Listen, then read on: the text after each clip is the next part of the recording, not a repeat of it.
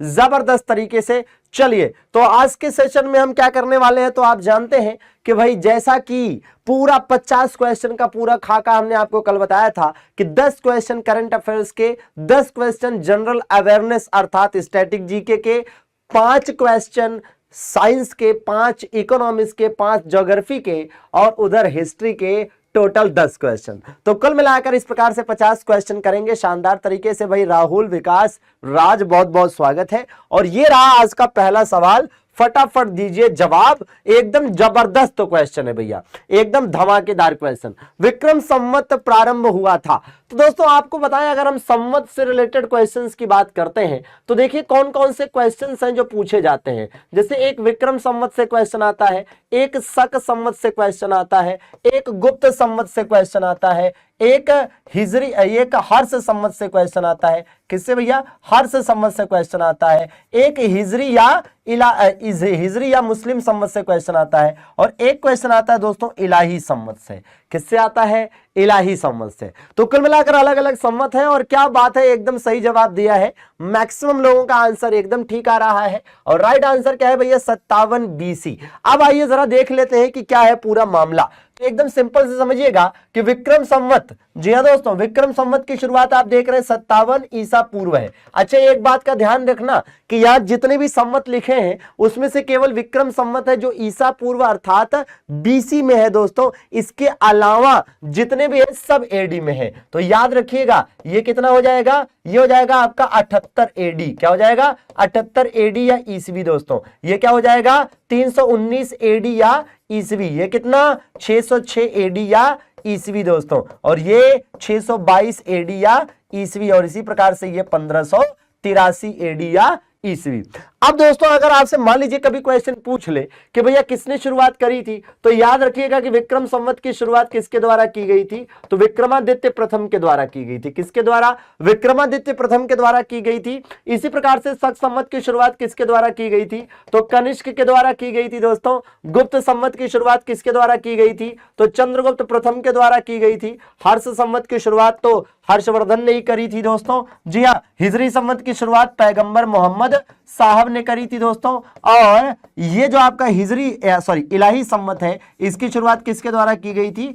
अकबर के द्वारा की गई थी। जी हाँ। तो ये पूरी जानकारी एकदम वीके का जीके अंदाज में याद रखना है भैया पंडित जी, ठीक है। जबरदस्त तरीके से, शानदार तरीके से, धमाकेदार अंदाज में। और एक बात का और ध्यान रखिएगा कि पेपर में कई दफे ऐसा क्वेश्चन हुआ है जब ये पूछा गया है कि ये जो विक्रम संवत और शक संवत है इनके बीच का अंतर बताओ। तो याद रखना इन दोनों के बीच का अंतर कितने सालों का है? तो इन दोनों के बीच का अंतर 135 सालों का है। यह क्वेश्चन बहुत बार पूछा जा चुका है। और एक बात याद रखिएगा कि भारत का जो राष्ट्रीय कैलेंडर है वो किस पर आधारित है? तो भारत का जो राष्ट्रीय कैलेंडर है वो शक संवत पर आधारित है। ठीक है दोस्तों। चलिए अगला सवाल देखते हैं।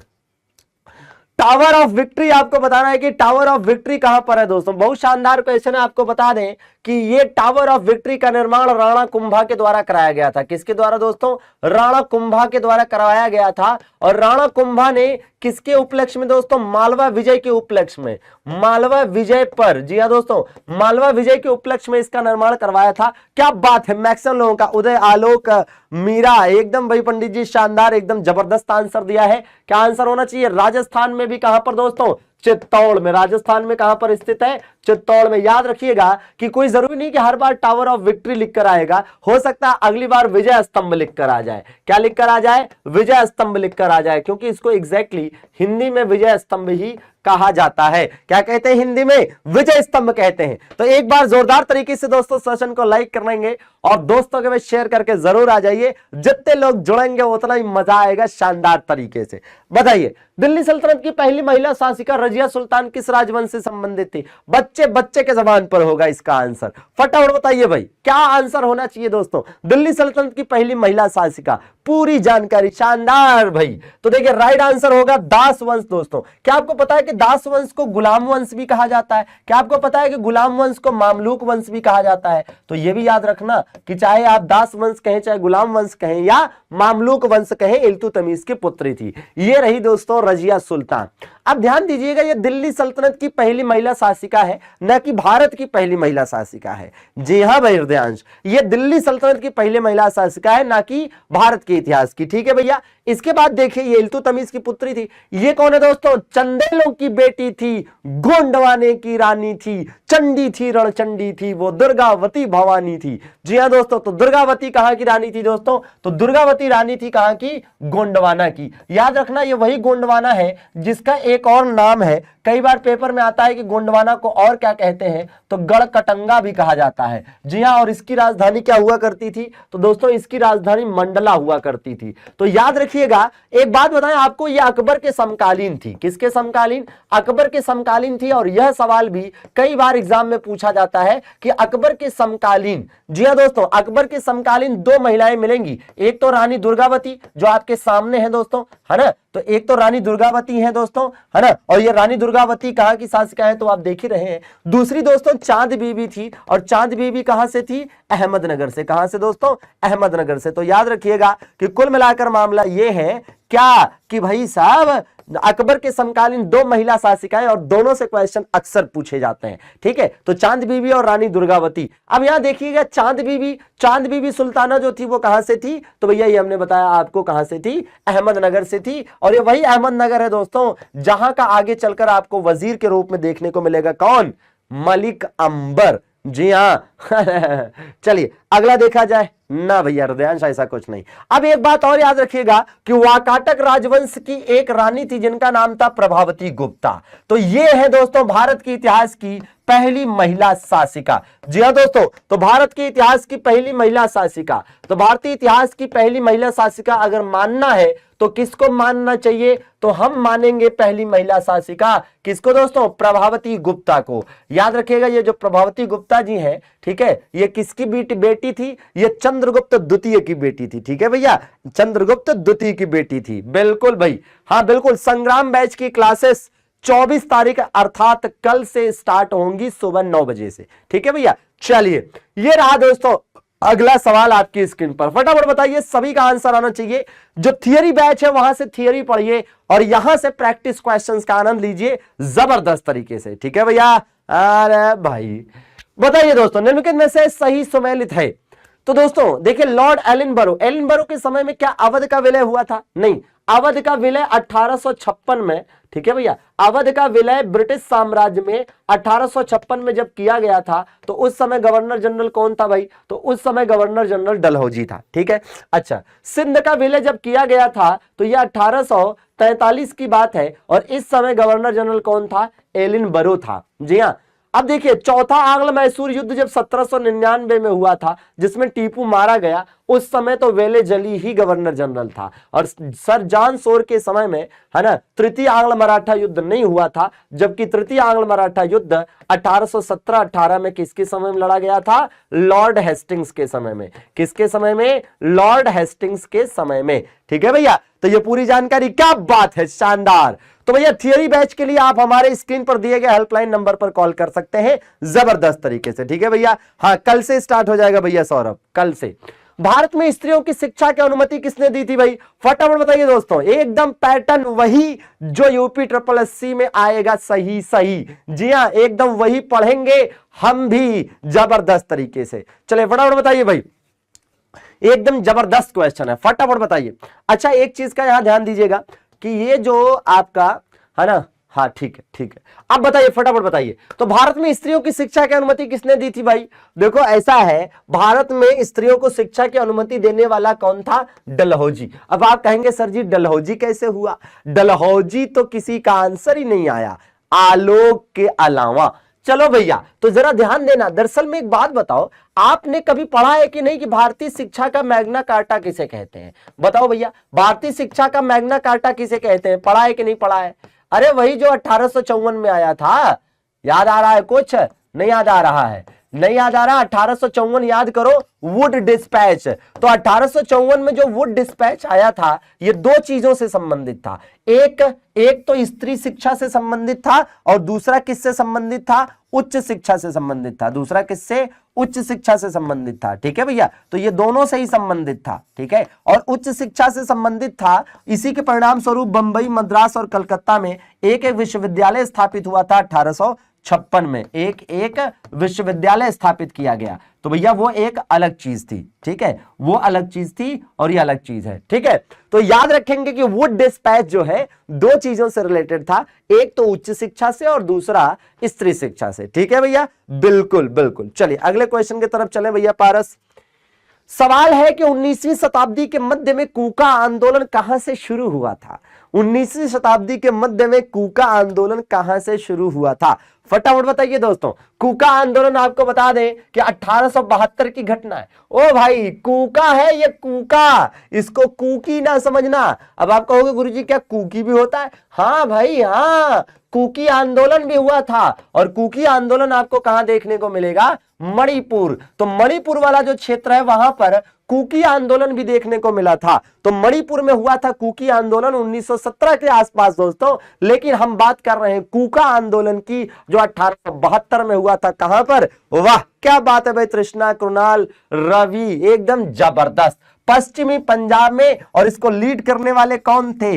राम सिंह कूका। किसने लीड किया था दोस्तों? राम सिंह कूका ने लीड किया था। तो याद रखना। इसके अलावा दोस्तों ये जो केरल आप देख रहे हैं यहां पर एक बड़ा है ना बेहतरीन विद्रोह हुआ था जहां से अक्सर क्वेश्चन पूछा जाता है, मोपला विद्रोह। जी हाँ, मोपला विद्रोह से भी अक्सर क्वेश्चन आता है जो कि वर्ष 1921 में हुआ था। ठीक है भैया, तो याद रखेंगे मोपला विद्रोह है ना, और इसके बाद कूका आंदोलन और कूकी आंदोलन, दोनों का अलग अलग याद रखना। ठीक है, कूका आंदोलन और कूकी आंदोलन, हालांकि इसको विद्रोह भी कह सकते हैं, कूका विद्रोह और कूकी विद्रोह। तो कूका भी है, कूकी भी है, मतलब कक्का भी है और काकी भी है। ठीक है, और हम भी है और आप भी है। पेट का एग्जाम भी सामने है और आपके सामने ये ढेर सारे ऑप्शन भी हैं पढ़ने के, पढ़िए जबरदस्त। महात्मा गांधी ने सत्याग्रह सभा की स्थापना कब की थी? लो भैया कौन बताएगा? कौन है ऐसा शूरवीर जिसके पास है इस सवाल का जवाब? तो दोस्तों आपको बता दें कि पहले तो एक आपको हिंट दे देते हैं। रोलैट एक्ट के खिलाफ, है ना भैया, रोलैट एक्ट के विरुद्ध इसकी स्थापना की गई थी, है ना भाई। रोलैट एक्ट के खिलाफ आंदोलन के लिए इसकी स्थापना की गई थी। अब तो आप बता ही लोगे, क्या बात है भैया लोग, एकदम जबरदस्त। तो राइट आंसर आवा का 1919। तो याद रखेंगे महात्मा गांधी ने सत्याग्रह सभा की स्थापना फरवरी 1919 में रोलैट एक्ट के विरोध के लिए की थी। ठीक है भैया कुलदीप, ठीक है चलिए आगे बढ़ा जाए। हाँ भाई कल से स्टार्ट होगा, 2 दिन में तुम्हारा जो है मार है ना पूरा जिंदगी निपट जाएगी ना। चलो ठीक है। भारत में राजनीतिक सुधारों के लिए आंदोलन शुरू करने वाले पहले भारतीय राजनेता कौन थे? फटाफट बताइए। भारत में राजनीतिक सुधारों के लिए आंदोलन शुरू करने वाले भारतीय नेता कौन थे? फटाफट बताइए भाई, एकदम जबरदस्त क्वेश्चन है, धमाकेदार क्वेश्चन है। हाँ हाँ ठीक है, चलिए फटाफट बताइए दोस्तों, एकदम जबरदस्त। झूठ तो मोदी जी ने भी बोला था ना इस हिसाब से कि 1 करोड़ नौकरी देंगे, है ना। हद है यार। चलो थोड़ा सा सब्र रख लिया करो, हर सवाल का जवाब है मित्र, तो काहे चिंता कर रहे हो।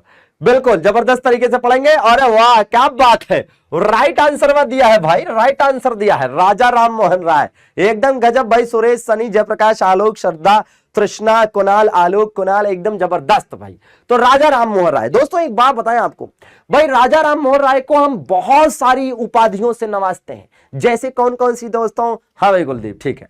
देखो राजा राम मोहन राय को कई सारे है ना उपाधियों से नवाजा जाता है, जैसे आधुनिक भारत का पिता कहते हैं, नव भारत का तारा कहते हैं। क्या क्या कहते हैं दोस्तों? आधुनिक भारत का पिता कहते हैं, नव भारत का तारा कहते हैं, युग दूत कहा जाता है। और यूपी SSSC ने कई बार एक क्वेश्चन पूछा है कि इनको राजा की उपाधि किसने दी थी? कौन बताएगा कि इनको राजा की उपाधि किसने दी थी? फटाफट बताओ भैया, है किसी के पास जवाब? तो इनको राजा की उपाधि दी थी मुगल शासक अकबर। ओ भाई आप सोच रहे होंगे अकबर कौन सा अकबर? अकबर द्वितीय। किसने? अकबर द्वितीय। ओ भाई गांधी जी बता रहे हैं। ओ भाई आशीष थांबा थांबा थांबा। चलो भैया अगला क्वेश्चन देखा जाए। वर्ष 1917 का सत्याग्रह महात्मा गांधी का पहला सत्याग्रह था और भारतीय स्वतंत्रता आंदोलन में एक बड़ा विद्रोह था। बहुत गजब का क्वेश्चन है। देखिए यहां पर आपको बहुत सारी चीजें बताते हैं, एकदम शानदार तरीके से समझिएगा भाई। इसका आंसर तो मैक्सिमम लोगों के पास है, चंपारण सत्याग्रह।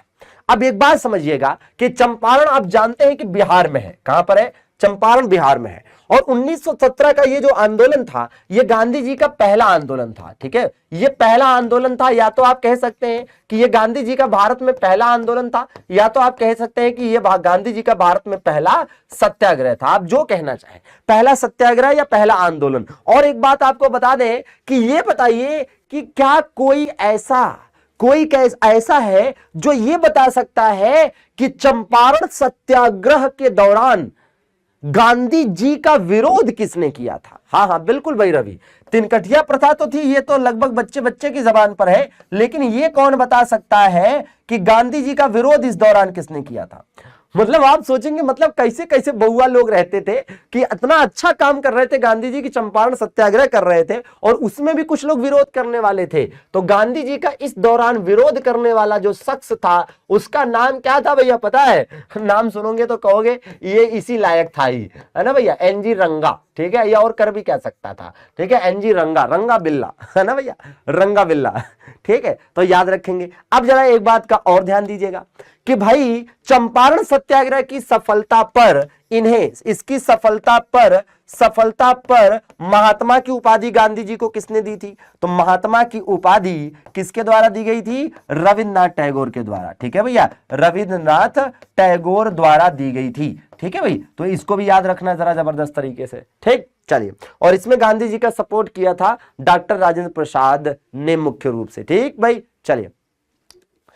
महात्मा गांधी ने निम्नलिखित में से किस प्रकार की अर्थव्यवस्था की वकालत की थी? ये 10वां क्वेश्चन है हिस्ट्री का। जी हाँ, क्योंकि 10 क्वेश्चन हिस्ट्री के आने हैं, फटाफट बताइए। क्या बात है गुलशन बाबू, जबरदस्त एकदम दोस्तों। डिसेंट्रलाइजेशन मतलब विकेंद्रीकृत अर्थव्यवस्था। अब जरा ध्यान दीजिएगा कि महात्मा गांधी ने विकेंद्रीकृत अर्थव्यवस्था की सिफारिश की थी। ये विकेंद्रीकरण क्या है? अरे भाई याद करो, यह सवाल इस प्रकार से भी आता है कि भैया विकेंद्रीकरण का मतलब होता है कि सभी का योगदान उसमें हो, सामुदायिक योगदान हो। ठीक है, ऐसा ना हो कि पता चला केंद्रीकरण तो अलग चीज हो जाती है ना, केंद्रीकृत अलग चीज हो जाती है। ठीक है, केंद्रीकरण का ही उल्टा, इस केंद्रीकृत शब्द का ही उल्टा है विकेंद्रीकरण। ठीक है, मतलब सेंट्रलाइजेशन डिसेंट्रलाइजेशन। इंग्लिश वाला वर्ड पढ़ेंगे तो आसानी से समझ में आएगा। देखो सेंट्रलाइजेशन लिखा है, यहां भी देखो सेंट्रलाइज लिखा है बट डी लगा दिया, तो डिसेंट्रलाइजेशन। अच्छा, ग्रामोदय से भारत उदय की संकल्पना किसने दी थी? तो दोस्तों ग्रामोदय से भारत उदय की संकल्पना भी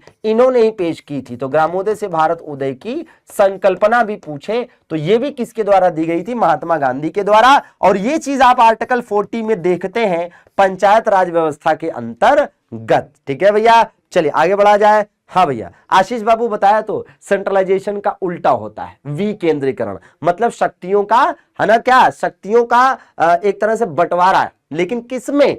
शक्तियों का बंटवारा मतलब एक तरह से शक्तियों का बंटवारा वो वाला नहीं कि संघीय शासन व्यवस्था के अंतर्गत जैसे आता था वैसा वाला नहीं।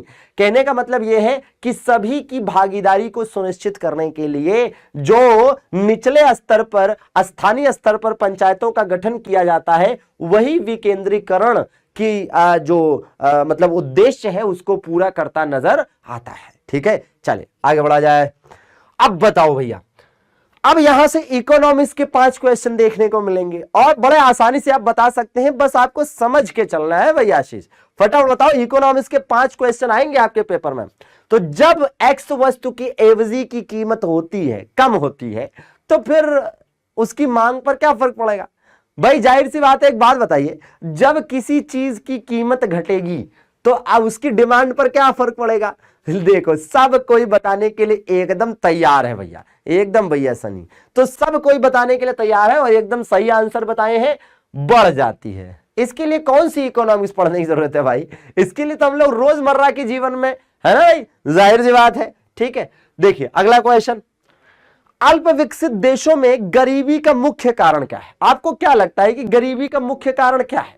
देखिए पहला है स्वैच्छिक निष्क्रियता, तो स्वैच्छिक निष्क्रियता का मतलब समझ रहे हैं, मतलब अपनी इच्छा से लोग काम नहीं करना चाहते। तो क्या अपनी इच्छा से काम नहीं कर पाना, अपनी इच्छा से काम नहीं करना जो है गरीबी का कारण है। भारत भी अल्प विकसित देशों में ही आता है, ठीक है, भारत तो विकासशील देशों में आता है फिलहाल, है ना। और देखिए 3 तरह के देश होते हैं, विकसित देश, विकासशील देश और तीसरा अल्प विकसित देश, ठीक है भैया। तो बिल्कुल आय में असमानता, एकदम सही जवाब दिया है भाई, क्या बात है भाई। गुलशन, विपिन, आर, नरेंद्र बाबू का गड़बड़ हुआ, कुणाल एकदम सही जवाब भैया, एकदम जबरदस्त भाई, एकदम जबरदस्त भाई पंडित जी। तो बस वही चीज है, आय में असमानता, ठीक है भाई। आज गरीब और गरीब, अमीर और अमीर होता चला जा रहा है, ठीक है, यही तो है आय की असमानता। बाकी सांस्कृतिक गतिविधियों का अभाव, लोगों में बुद्धि का अभाव, यही थोड़ा ना गरीबी का कारण है भाई। चलो, उत्पादन के 3 स्तंभ। अब इसके लिए भी कोनो इकोनॉमिक्स पढ़ने की जरूरत नहीं है, केवल आप सोच कर देखो कि जब आप कोई बिजनेस करने जाओगे तो सबसे पहले उस बिजनेस के लिए कोई ना कोई प्रोडक्शन तो करना पड़ेगा ना। तो वो प्रोडक्शन करने के लिए आपके बेसिक पिलर क्या है, क्या जरूरतें हैं आपकी बेसिक, इनमें से पढ़ के बताइएगा, अपने आप आंसर मिल जाएगा, ठीक है भैया। हाँ ठीक है, फटाफट बताइए भाई, जबरदस्त, एकदम आराम से बता सकते हैं, कोई दिक्कत वाली बात नहीं, ठीक है भैया, फटाफट बताइए, एकदम जबरदस्त है भाई। अरे वाह, क्या बात है, क्या बात है, क्या बात है। तो देखो ऐसा है कि जब उत्पादन की बात करते हैं तो पहले तो एक जमीन चाहिए, वहां पर काम करने वाले लोग चाहिए और उसमें लगाने के लिए पैसा चाहिए, ठीक है। बाजार पहले कहां से आ गया बताओ, बाजार में उत्पादन होगा नहीं, एक बात बताओ, बाजार में उत्पादन होगा क्या, उत्पादन बाजार में होता है नहीं, बाजार में उत्पादन नहीं होता, उत्पादन किसी भूमि पर होता है, किसी कंपनी में होता है, तो बाजार तो नहीं होगा। और यहां भी बाजार लिखा है, यहां भी बाजार लिखा है, यहां भी बाजार लिखा है, तो इसीलिए ना ए होगा, ना बी होगा, ना सी होगा, क्या होगा, डी होगा, ठीक है। चलो, सवाल है कि अवमूल्यन का क्या अर्थ है, तो भैया अवमूल्यन का अर्थ पूछ रहा है। अवमूल्यन मतलब ये कि डीवैल्यूएशन, आप जानते हैं कि भारत की मुद्रा का 3 बार अवमूल्यन हुआ है, भारत की मुद्रा जो रुपया है दोस्तों, इसका 3 बार अवमूल्यन हुआ है, ठीक है भैया। अच्छा भैया आशीष बाबू, ठीक है, अच्छा क्या बता दिया, ठीक है। अवमूल्यन का अर्थ बताइए दोस्तों, ठीक है, हेल्पलाइन नंबर पे कॉल कर लीजिए, ठीक है भैया। अवमूल्यन का अर्थ बताइए फटाफट भाई, जबरदस्त। देखिए अवमूल्यन का अर्थ निकालने के लिए आप ऐसे समझिए, देखो क्या लिखा है अव, और आगे क्या लिखा है मूल्यन, 2 शब्दों से मिलकर बना है, एक शब्द है अव और दूसरा शब्द क्या है मित्र, अवमूल्यन, ठीक है। तो अव का मतलब, अव शब्द कहां से आया, तो अव शब्द आया है अवरोही से, अव शब्द कहां से आया है, अवरोही से आया है।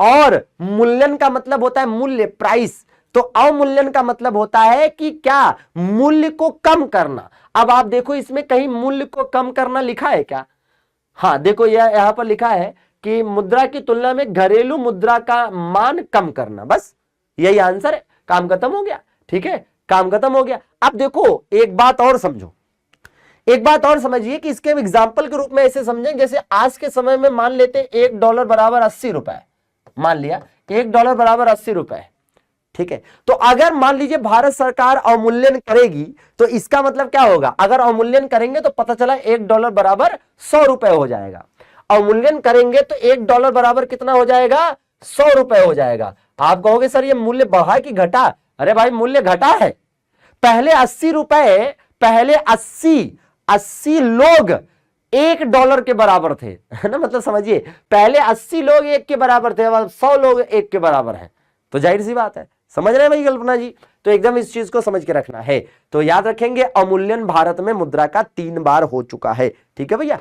चलो, और एक बात और है कि जब अवमूल्यन होता है तो क्या होता है, आयात पर क्या प्रभाव पड़ता है, आयात दोस्तों कम हो जाता है, आयात क्या हो जाता है, आयात कम होने लगते हैं, है ना, और दूसरे शब्दों में कहें तो आयात महंगा हो जाता है, ठीक है। और देखो निर्यात पर क्या प्रभाव पड़ता है, निर्यात दोस्तों क्या हो जाता है, ज्यादा होने लगता है, ठीक है, निर्यात क्या होता है, ज्यादा होने लगता है, बढ़ जाता है, या दूसरे शब्दों में कहें तो भैया सस्ता हो जाता है, ठीक है। अब आप कहोगे सर ये क्या है, ओ भाई जरा ऐसे समझना कि सीधी सी बात है कि पहले जब आप कोई सामान आयात करते थे, मतलब किसी अन्य देश से खरीदते थे, तो मान लीजिए वो $1 की थी वहां पर, तो आप 80 रुपए देते थे, और आज कितना देना पड़ रहा है, 100 रुपए, तो महंगा हुआ कि नहीं।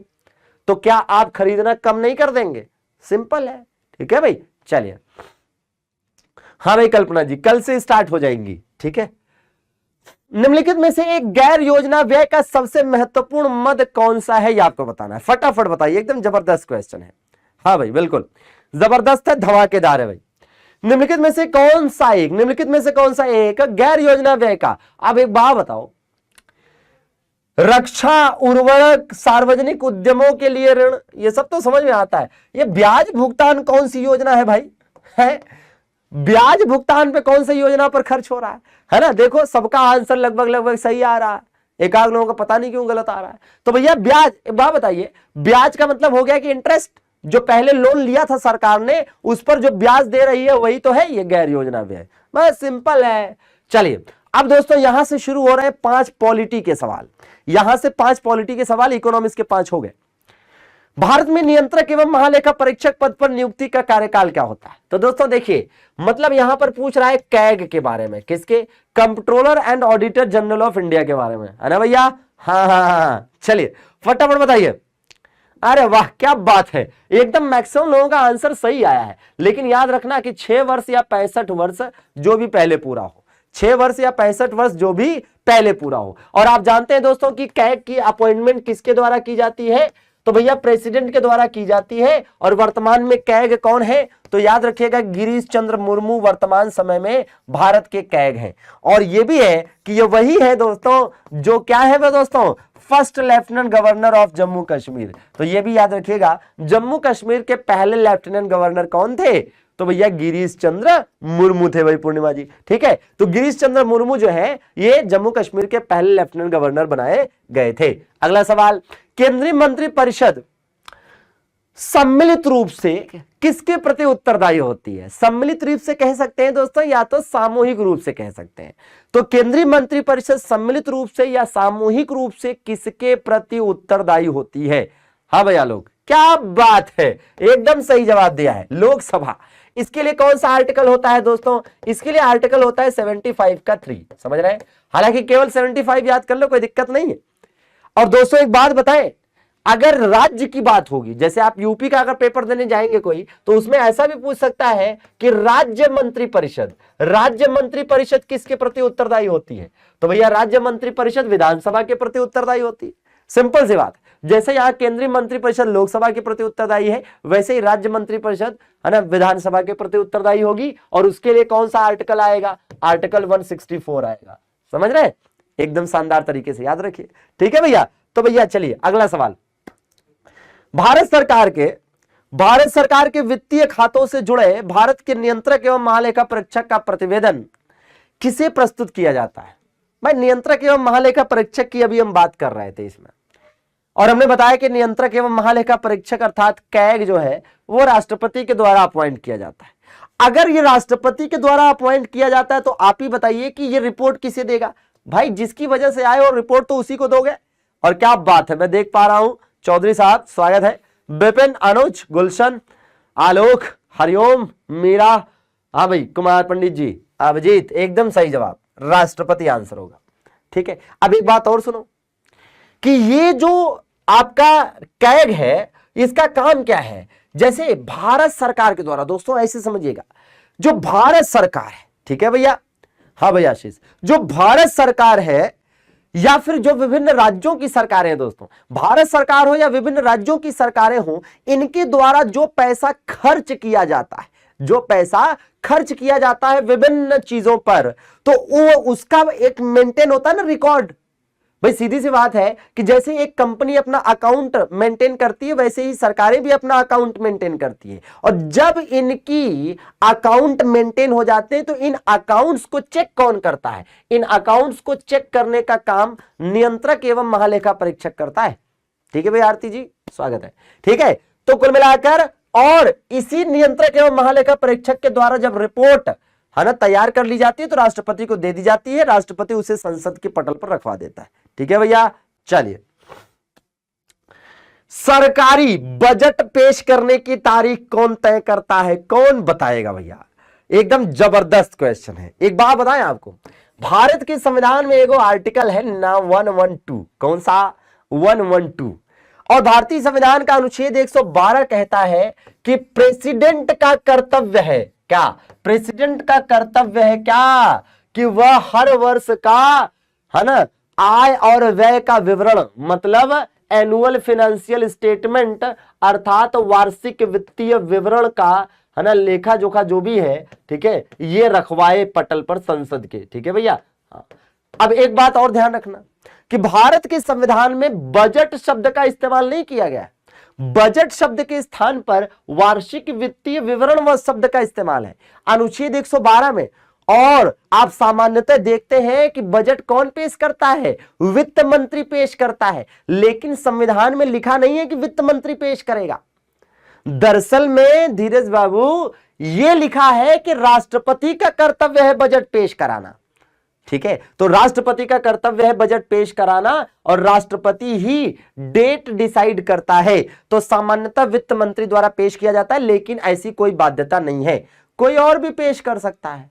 जी हां, कोई और भी पेश कर सकता है, ऐसी कोई बाध्यता नहीं है कि वित्त मंत्री पेश करेगा। लेकिन अगर आपसे कहा जाए बजट तैयार कौन करता है, तब बजट तैयार कौन करता है, तो भाई साहब एक बात बताएं आपको, एक है आपका फाइनेंस मिनिस्ट्री। फाइनेंस मिनिस्ट्री के आपको 3 काम बताते हैं। फाइनेंस मिनिस्ट्री के आपको हम 3 काम बताते हैं जो कि बहुत इंपॉर्टेंट है। कौन कौन से भाई साहब, तो 3 काम कौन कौन से हैं। एक पहला काम यह है कि भाई बजट तैयार करना। क्या करना दोस्तों, बजट तैयार करना। दूसरा काम क्या है, राजकोषीय नीति तैयार करना। क्या करना, राजकोषीय नीति अर्थात फिस्कल पॉलिसी तैयार करना। और तीसरा काम होता है इनका आर्थिक सर्वेक्षण अर्थात इकोनॉमिक सर्वे। क्या भैया, इकोनॉमिक सर्वे या आर्थिक सर्वेक्षण जारी करना, तैयार करना या पेश करना, जो भी कह लीजिए। ठीक है भैया, तो ये 3 काम है। ठीक है भाई। हाँ, तो कुल मिलाकर ये वीके का जी के अंदाज पढ़ते रहिए। ये वीके का जी के अंदाज है बबुआ, जहां एक ही जगह पर मिलता है हर चीज का सलूशन जबरदस्त जिंदाबाद तरीके से। ठीक है भैया। हाँ बिल्कुल बिल्कुल, इसका पीडीएफ मिलेगा but MD classes official Telegram channel पर। तो भैया फाइनेंस मिनिस्ट्री बजट तैयार करती है, राजकोषीय नीति तैयार करती है और आर्थिक सर्वेक्षण भी तैयार करती है। ठीक है भैया, चला जाए अगले सवाल की तरफ। हाँ भैया धीरज, 24 तारीख को स्टार्ट होगा अर्थात कल। ठीक है, संघ सूची और समवर्ती सूची के विषयों पर कानून कौन बनाता है भाई, फटाफट बताइए दोस्तों। हम जानते हैं कि भारत में संघीय शासन व्यवस्था है कि नहीं दोस्तों। भारत में कैसी शासन व्यवस्था है, तो दोस्तों संघीय शासन व्यवस्था है। और संघीय शासन व्यवस्था जो कि कनाडा से ली गई है, इसका तात्पर्य क्या होता है, इसका तात्पर्य होता है शक्तियों का बंटवारा। केंद्र सरकार और राज्य के बीच शक्तियों का बंटवारा जिस भी देश में हो, उस देश को कहते हैं कि वो संघीय शासन व्यवस्था वाला देश है। और हमारे देश में ऐसा है, हमारे देश में ऐसा है। और अनुसूची 7 में इस बात का स्पष्ट प्रावधान किया गया है, जिसमें संघ सूची, राज्य सूची और समवर्ती सूची अर्थात कॉन्करेंट लिस्ट आती है। तो भैया ये तीनों सूचियां आपको यहां मिलेंगी। संघ सूची में 100 विषय, राज्य सूची में 61 विषय और इसमें 52 विषय।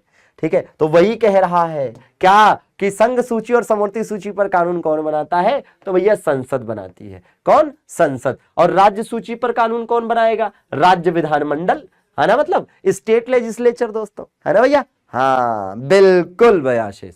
चल अगले सवाल की तरफ चलते हैं। बढ़िया क्वेश्चन रहा, ये रहा। अब यहां से शुरू हो रहे हैं साइंस के 5 सवाल। जी हाँ भाई सुग्गू, यहां से शुरू हो रहे हैं साइंस के 5 सवाल। पॉलिटी के 5 खत्म हो गए। मजा आए तो लाइक करते चलेंगे। ठीक है भैया। हाँ भाई एकदम भैया आशीष।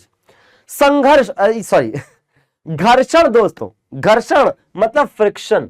आपको बताना है घर्षण संपर्क में आने वाले 2 पृष्ठों के कारण होता है। मतलब किसके, मतलब अंतराल के कारण, चिकनाई के कारण, घनत्व के कारण, अनियमितताओं के कारण। अब आप सोच के देखिए, अगर दो पृष्ठों के बीच एकदम चिकनाहट है तो घर्षण होगा क्या, क्यों घर्षण होगा भाई, जब चिकनी सतह रहेगी तो घर्षण क्यों होगा, है ना। तो अगर चिकनी सतह होती है तो फिसलन होता है। ओ भाई फिसलन, फिसलन याद रखो क्या होता है, जब चिकनी सतह होती है तो फिसलन होता है, घर्षण नहीं होता। और जब अंतराल होगा अंतराल होगा तो कुछ नहीं होगा, ना फिसलन होगा ना घर्षण होगा। और घनत्व, ओ भाई घनत्व का फिसलन या घर्षण से क्या लेना देना, घनत्व तो बिल्कुल अलग चीज है।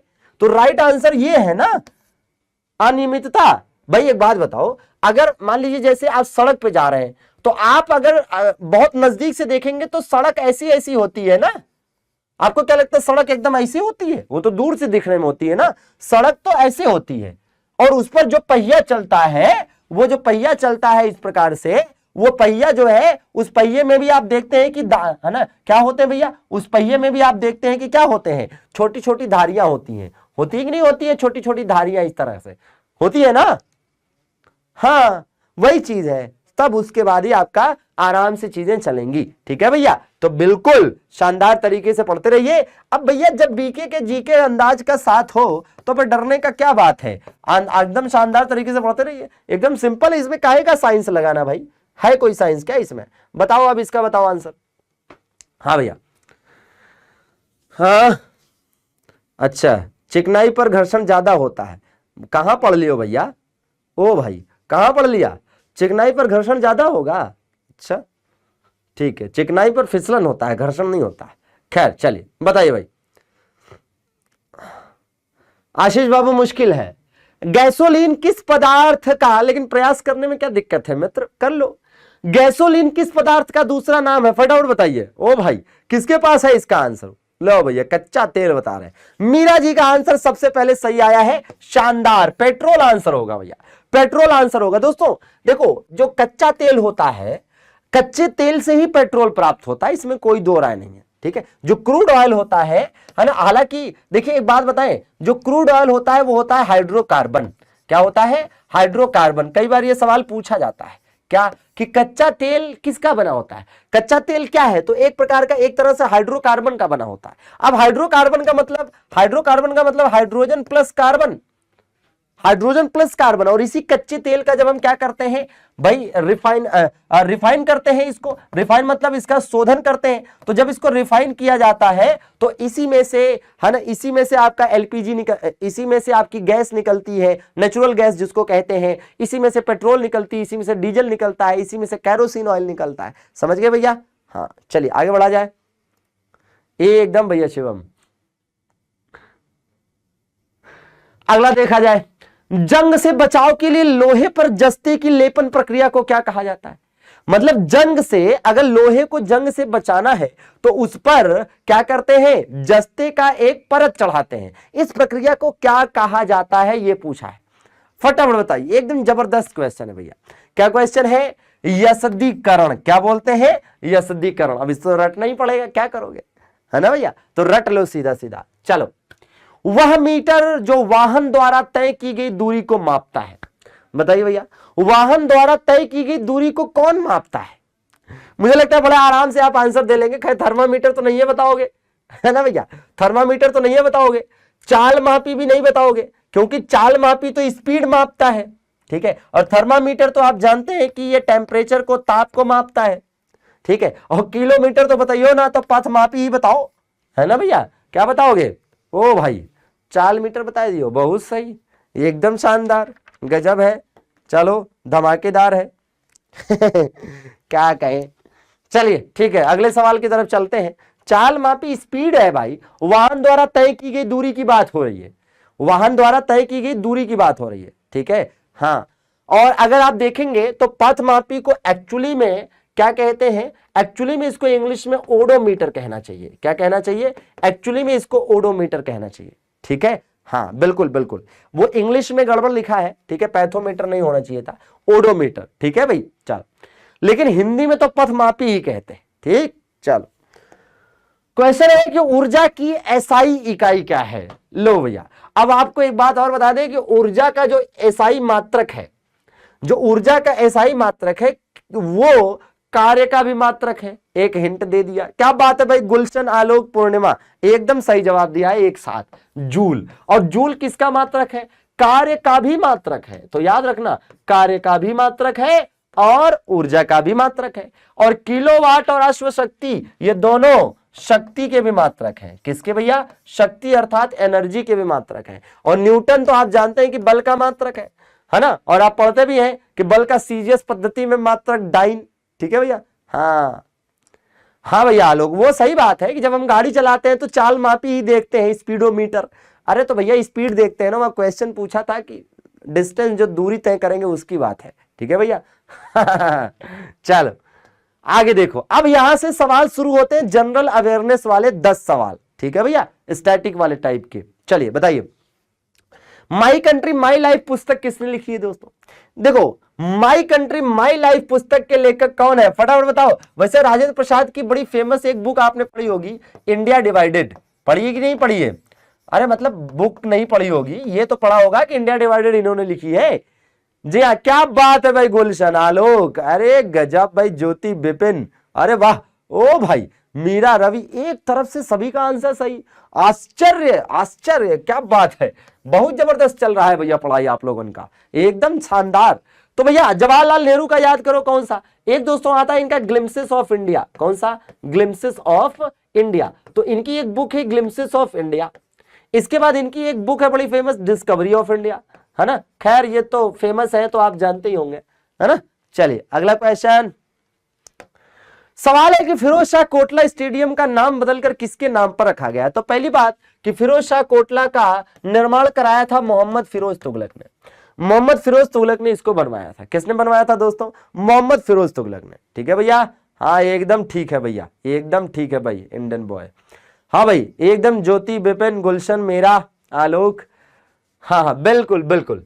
तो राइट आंसर इसका हो जाएगा अरुण जेटली। क्या हो जाएगा? अरुण जेटली। दोस्तों याद करिए, ये वही फिरोज शाह कोटला है जहां पर वर्ष 1928 में हिंदुस्तान सोशलिस्ट रिपब्लिकन एसोसिएशन की स्थापना किसके द्वारा की गई थी? चंद्रशेखर आजाद और भगत सिंह जैसे लोगों के द्वारा। दोस्तों चलिए अगला सवाल दिल्ली में है, याद रखना। वैसे याद करिए, मोहम्मद फिरोज तुगलक ने एक शहर बसाया जौनपुर, जहां से पेपर में बहुत ज्यादा क्वेश्चन आते हैं, बहुत बार क्वेश्चन आता है कि भैया जौनपुर को किसने बसाया था? मोहम्मद फिरोज तुगलक ने, मोहम्मद बिन तुगलक, मतलब जौना खां की याद में, in the memory of Mohammad bin Tughlaq. चलो हाँ भाई बताओ फटाफट,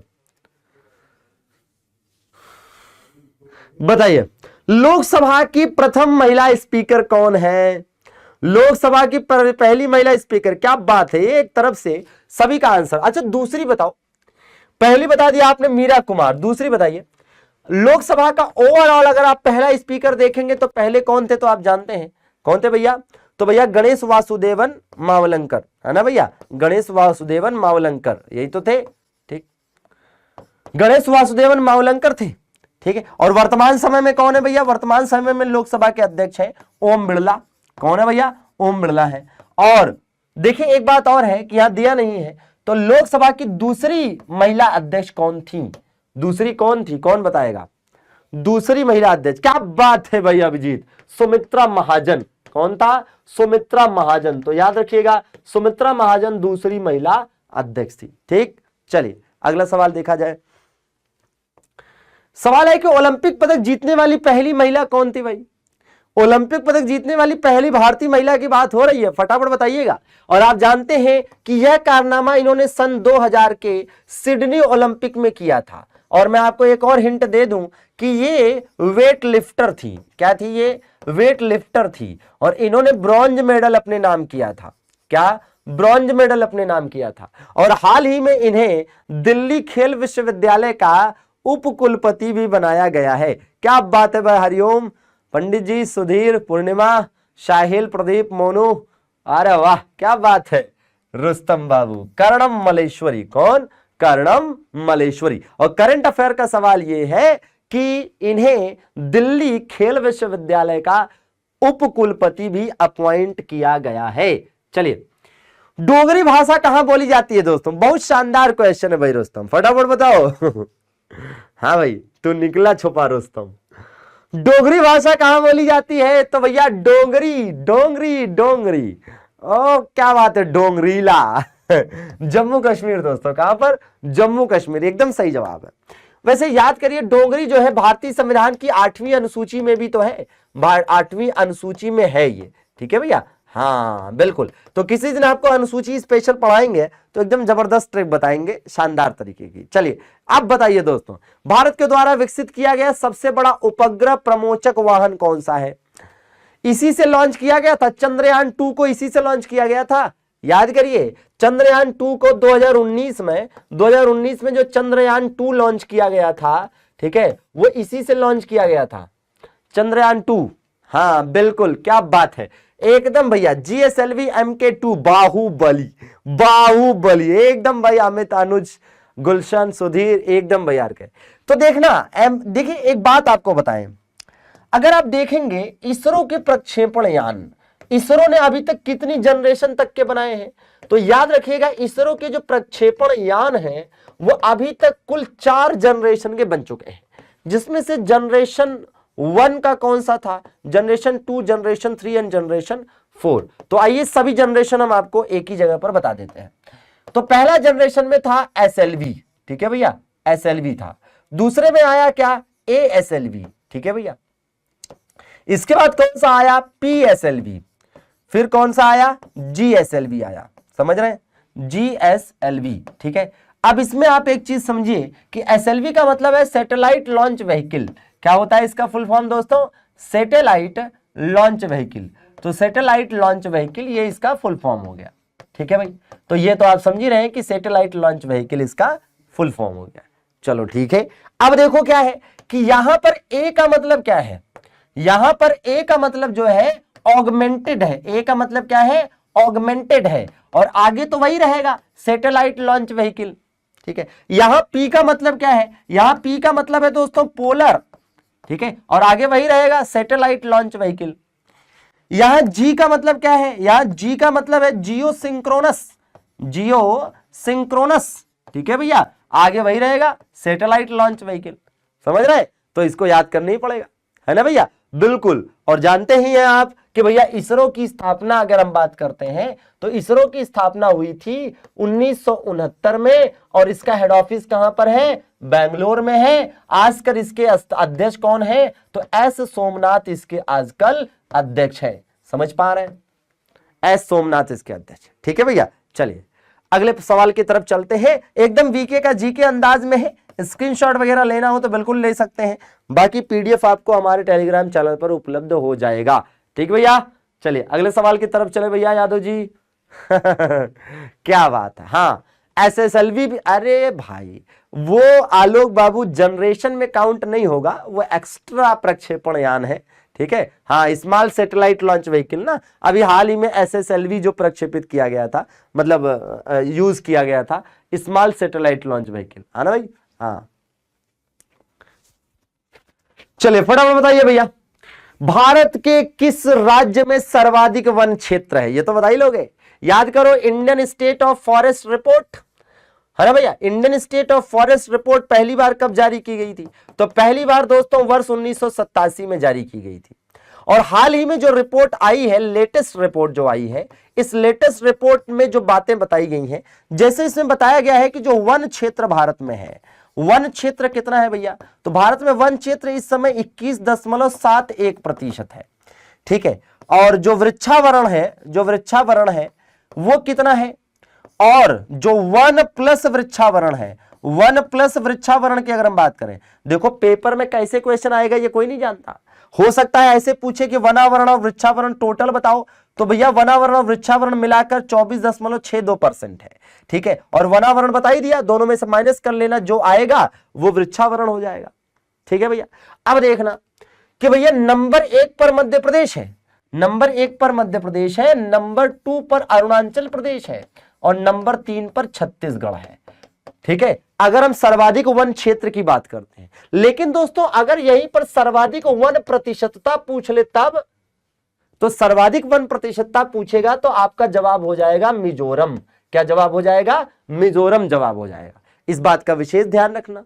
हाँ भैया लोग, अब अगली बात, एक बात ये भी समझ लीजिए कि ये जो आपका है ये तो सब ठीक है, अगर हम वैश्विक वृद्धि की बात करते हैं तो वैश्विक वृद्धि में भारत का स्थान क्या है, जो हाल ही में रिपोर्ट आई है, तो वैश्विक वृद्धि में भारत तीसरे स्थान पर है, वैश्विक वृद्धि में भारत तीसरे स्थान पर है, ठीक है, थर्ड रैंक पर है। और एक बात बताएं, कि भारत में पूरे विश्व का कितना परसेंट वन है, तो 2.0%, मतलब 2%।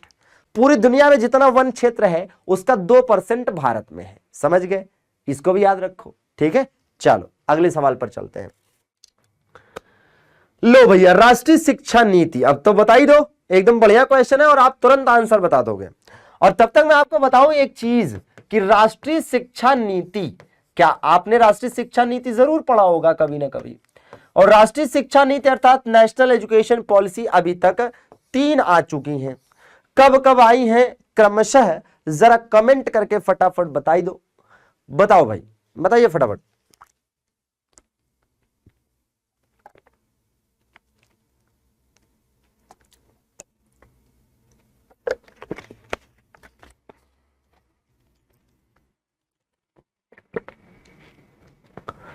अरे वाह, क्या बात है भाई मीरा जी, एकदम सही जवाब दिया, एकदम जबरदस्त।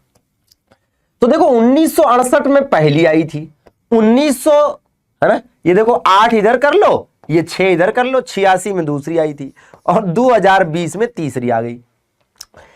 अब देखो, अब नया वाला कंसेप्ट है कि 5+3+3+4, समझ गए भैया। हाँ ठीक है। अब देखो एक बात और है, अच्छा भैया लोग, अब एक बात और है कि ये जो राष्ट्रीय शिक्षा नीति आई है किस समिति की सिफारिश पर आई है, ये भी तो बताओ। कौन सी समिति की सिफारिश पर आई है पता है? तो 2017 में एक समिति बनी थी जिसका नाम था कस्तूरी रंगन समिति। कौन सी? कस्तूरी रंगन समिति। ठीक है भैया, तो याद रखना कस्तूरी रंगन समिति की सलाह पर, यह भी याद रखना। ठीक है, चलिए आगे बढ़ा जाए। एकदम शानदार भाई दिलीप। अब बताइए दोस्तों, शांति स्वरूप भटनागर पुरस्कार किस क्षेत्र में दिया जाता है? यह क्वेश्चन कई बार पूछा जा चुका है। और याद रखिएगा कि शांति स्वरूप भटनागर ये कौन थे? तो याद रखना है कि शांति स्वरूप भटनागर भारत में, इनको क्या माना जाता है पता है? भारत में शोध प्रयोगशालाओं के जनक है भाई ये। भारत में शोध प्रयोगशालाओं के जनक, भारत में शोध प्रयोगशालाओं के जनक। ठीक है, एकदम सीधी सी बात है कि भारत में शोध प्रयोगशालाओं का जनक कौन? तो भैया शांति स्वरूप भटनागर। अब एक बात और सुन लो दोस्तों, क्या आप जानते हैं कि यूजीसी के पहले अध्यक्ष भी यही है? जी हाँ, यूजीसी के पहले अध्यक्ष यही है। अब आप सोच रहे होंगे यूजीसी क्या है? ओ भाई, यूजीसी का मतलब यूनिवर्सिटी ग्रांट कमीशन। और यूजीसी की नींव पड़ी थी, यूजीसी की नींव अगर कभी पूछ ले तो नींव तो पड़ी थी 1953 में, लेकिन इसकी स्थापना कब हुई थी? तो इसकी स्थापना हुई थी 1956 में। कब भैया? 1956 में। और 1956 में एक चीज और आया था, क्या? All India institute of medical science, पहला एम्स। कहां पर? दिल्ली में। पहला एम्स कहां पर? दिल्ली में। और 1956 में ही हुआ था राज्यों का पुनर्गठन। समझ गए? फिलहाल आंसर क्या होगा अब? विज्ञान एवं प्रौद्योगिकी। क्या होगा? विज्ञान एवं प्रौद्योगिकी। ठीक है भाई, हाँ भाई एकदम भाई। आलोक, हरिओम, रुस्तम, अतुल, दिलीप, धर्मेंद्र, आंसर आते रहने चाहिए। चलिए बताओ अब, बगदाद किस नदी के किनारे है भाई? बगदाद किस नदी के किनारे है? हम सभी जानते हैं दोस्तों कि बगदाद क्या है? इराक की राजधानी। क्या है दोस्तों? इराक की राजधानी है। और आपको बता दें कि इराक में 2 नदियां बहती हैं, जिसमें से एक को कहते हैं क्या? टिग्रिस, और दूसरे को कहते हैं क्या? यूफ्रेटस। एक को कहते हैं टिग्रिस और दूसरे को कहते हैं यूफ्रेटस। क्या बात है भाई। मीरा, फूलचंद, आरती, सुधाकर, पूर्णिमा, शिवनाथ, विपिन, गुलशन, अमिताभ, शानदार, सभी का आंसर सही आया। दोस्तों नील नदी के किनारे क्या है भाई? नील नदी के किनारे क्या है? तो नील नदी के किनारे एक तो काहिरा है और दूसरा कौन सा है? खार्तूम है। कौन सा दोस्तों? खार्तूम है। और ये दोनों प्रसिद्ध राजधानियां हैं। काहिरा किसकी राजधानी है? इजिप्ट की राजधानी है, मिस्र की। और खार्तूम किसकी राजधानी है? तो सूडान की राजधानी है। ठीक है भैया। अच्छा, टेम्स किसके किनारे? टेम्स नदी के किनारे क्या है? लंदन है। सीन नदी के किनारे क्या है? पेरिस है। अरे भैया, लंदन, पेरिस, है ना? हाँ, और आगरा नहीं मिलेगा कुछ भी। ठीक है भैया, तो लंदन में आपको मिल जाएगा क्या दोस्तों? कॉमनवेल्थ ऑफ नेशंस का हेड ऑफिस, एमनेस्टी इंटरनेशनल का हेड ऑफिस, है ना भैया? एमनेस्टी इंटरनेशनल का हेड ऑफिस। ठीक है, और तीसरा क्या मिलेगा यहाँ? तीसरा यहाँ मिल जाएगा आपको क्या बबुआ? तीसरा आपको यहाँ मिल जाएगा क्या हो? क्या मिलेगा तीसरा? यहाँ यही मिल जाएगा इंटरनेशनल मैरीटाइम ऑर्गेनाइजेशन का भी हेड ऑफिस। ठीक है, और यहाँ पेरिस में किसका हेड ऑफिस मिलेगा?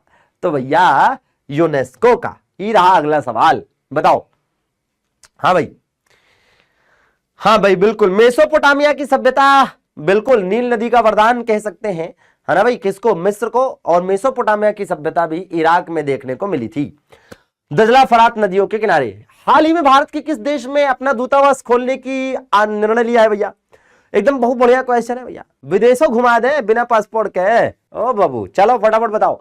तो देखो एक बात बताएं, हाल ही में भारत ने किस देश में अपना दूतावास खोलने का निर्णय लिया है? जब दो देश एक दूसरे के देश में दूतावास स्थापित करता है, यहां से करंट अफेयर शुरू हो रहा है। तो जब दो देश एक दूसरे के देश में दूतावास स्थापित करते हैं तो इसका तात्पर्य होता है कि उनके बीच राजनयिक संबंध शुरू हो रहे हैं।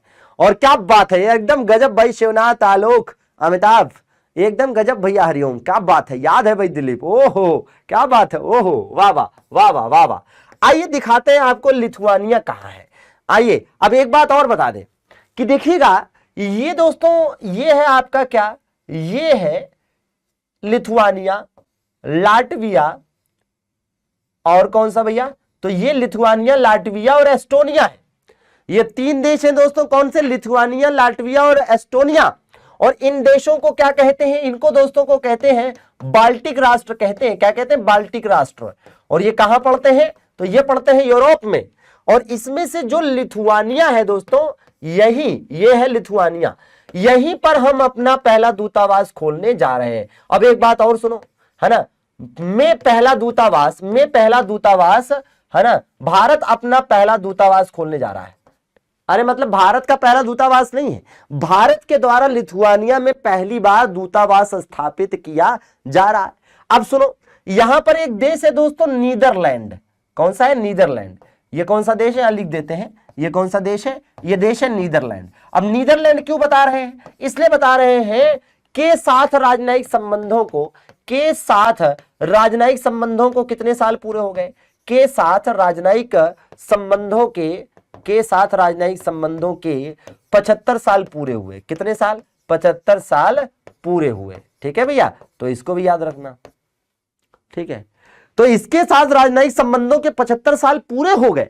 अब देखना, इसी प्रकार से किस देश के साथ 30 साल पूरे हुए, 30 साल किसके साथ पूरे हुए, 30 साल पूरे हुए हैं इजराइल के साथ। तो एक ही जगह पर तीन बातें आपको समझ में आई, एक ही चीज से रिलेटेड, वीके का जीके अंदाज में। और वो ये कि भैया क्या, कि भारत के किसके साथ 75 साल पूरे हुए हैं, तो भैया नीदरलैंड के साथ 75, इजराइल के साथ 30 साल पूरे हो गए राजनयिक संबंधों के। और लिथुआनिया के साथ भारत अपने राजनयिक संबंध शुरू करने जा रहा है। तो यह सवाल ऐसे भी पूछ सकता है कि किस देश के साथ भारत अपने राजनयिक संबंध शुरू करने जा रहा है। ठीक है भैया, हाँ चलिए अगला सवाल देखा जाए।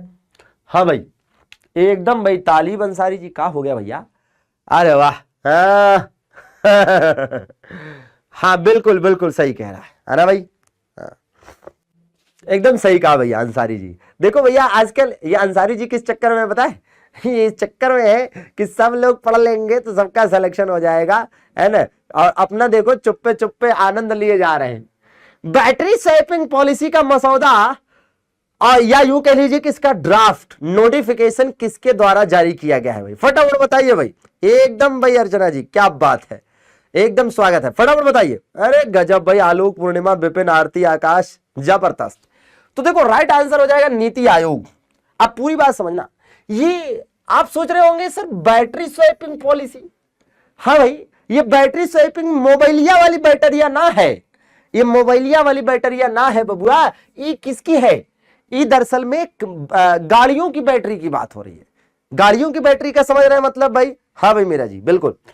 तो गाड़ियों की बैटरी कहने का मतलब आजकल कि इलेक्ट्रॉनिक व्हीकल्स को बढ़ावा दिया जा रहा है, ठीक है। तो इलेक्ट्रॉनिक व्हीकल्स कैसे चलेंगे, बैटरियों से ही तो चलेंगे, चार्ज होंगे चलेंगे।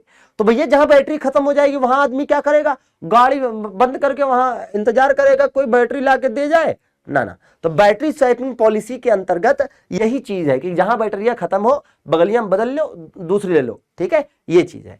तो नीति आयोग आप जानते हैं कि भैया इंपॉर्टेंट है, नीति आयोग वर्ष 2015 में स्थापित हुआ था, ठीक है। वर्ष 2015 में नीति आयोग स्थापित हुआ था, जिसके पदेन अध्यक्ष प्रधानमंत्री होते हैं, ठीक है भैया। हाँ, चलो अगला क्वेश्चन। हाँ आजकल सुमन बेरी इसके अध्यक्ष है, योजना आयोग के स्थान पर आया था। लो भैया आप बताओ, कौन बताएगा भाई? हाँ, नवाबों के शहर से भाई अर्चना जी बताइए भाई। सौर क्षमता को पार करने वाला देश का पहला राज्य, मतलब अगर आपसे पूछे सर्वाधिक सौर ऊर्जा उत्पादन, मुझे लगता है तुरंत आप बता लेंगे। सर्वाधिक सौर ऊर्जा उत्पादन कौन करता है भैया इस लिहाज से? अब देखो सौर ऊर्जा में हम लोग इतने काहे छा गए हैं, अरे वाह क्या बात है भैया आलोक एकदम। तो देखिए सौर ऊर्जा में हम लोग इसलिए छा गए हैं क्योंकि इंटरनेशनल सोलर अलायंस का मुख्यालय कहां पर स्थित है? भारत के गुरुग्राम में स्थित है, ठीक है। और भारत के गुरुग्राम में स्थित है और इसके अध्यक्ष जो है वो भी भारतीय हैं और उनका नाम क्या है? उनका नाम है अजय माथुर। तो अजय माथुर साहब जो है इंटरनेशनल सोलर अलायंस के अध्यक्ष हैं और इसी वजह से भारत में तेजी से सौर क्षमता में वृद्धि हो रही है, ठीक है। अच्छा याद करिए सबसे बड़ा सौर ऊर्जा पार्क कौन बताएगा? सबसे बड़ा, अच्छा चलो सबसे बड़ा तैरता हुआ सौर ऊर्जा पार्क बताओ। सबसे बड़ा तैरता हुआ सौर ऊर्जा पार्क कौन बताएगा? सबसे बड़ा तैरता हुआ सौर ऊर्जा पार्क अलग है और नॉर्मली अगर आपसे कहा जाए सबसे बड़ा सौर ऊर्जा पार्क तब अलग होगा। नॉर्मली अगर आपसे कहा जाए सबसे बड़ा सौर ऊर्जा पार्क तब अलग होगा। सबसे बड़ा सौर ऊर्जा पार्क नॉर्मली अगर आपसे पूछता है तो आपका आंसर होना चाहिए भादला। भादला कहां पड़ता है? जोधपुर में पड़ता है। ये वही जोधपुर है जहां पर काजरी भी पड़ता है, राजस्थान, ठीक है भैया। अब बतिया देखिएगा सबसे बड़ा तैरता हुआ सौर ऊर्जा पार्क अगर आप देखेंगे ऑपरेशनल, ठीक है, तो रामागुंडम में है। ऑपरेशनल की अगर हम बात करें तो रामागुंडम तेलंगाना में है, रामागुंडम तेलंगाना में है और ये 100 मेगावाट का है। कितने मेगावाट का है? 100 मेगावाट का है। कितना दोस्तों? 100 मेगावाट का है, ठीक है। और अगर आप देखेंगे अंडर कंस्ट्रक्शन तो ओंकारेश्वर डैम पर है। कहां पर है दोस्तों? ओंकारेश्वर डैम पर है। तो जो ओंकारेश्वर डैम है, ठीक है, ये कहां पर है? मध्य प्रदेश में है और ये 600 मेगावाट का है, 600 मेगावाट का, ठीक है। तो ये बात भी आपको याद रखनी पड़ेगी कि ये क्या है? ये प्रस्तावित है, बन रहा है, अंडर कंस्ट्रक्शन है, ठीक है। और ये क्या है? ये रनिंग में है, इस समय काम कर रहा है, ठीक है भाई, रनिंग में है, इस समय काम कर रहा है, ठीक है। ये डिफरेंस है, ठीक है भाई। चले नहीं तमिलनाडु में नहीं, तेलंगाना में, ठीक है। तो आई होप कि ये बात आपको समझ में आ रही है। अच्छा एक और करंट अफेयर आपको बताना चाहेंगे।